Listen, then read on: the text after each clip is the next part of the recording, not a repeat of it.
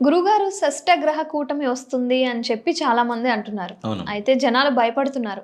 దానివల్ల మంచి జరుగుతుందా? లేకపోతే చెడు జరుగుతుందా అని? షష్టగ్రహ కూటమి మార్చి 29వ తారీఖు మీనరాశిలో జరగబోతుంది. ఇక్కడ ముఖ్యంగా 6 గ్రహాలు ఒకటే స్థానంలో ఉండడం అంటే సామాన్యమైనటువంటి విషయం కాదు. హ్మ్. చంద్రుడు, రవి, బుధ, శుక్ర, శని, రాహు 6 గ్రహాలు. హ్మ్. వీటిల్లో కొన్ని చెడు ప్రభావం కలిగినటువంటివి అయితే కొన్ని మంచి ప్రభావాన్ని కలిగేటువంటి పరిస్థితులు.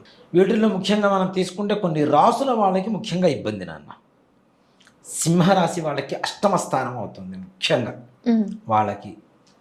ఏ రాశిలో అయితే ఈ షష్టగ్రహ కూటమి కలుగుతుందో మీనరాశి వాళ్ళకి వీళ్ళకి కూడా ప్రమాదకరమే కొంతవరకు. అలాగే అర్ధాష్టమ స్థానం అయిన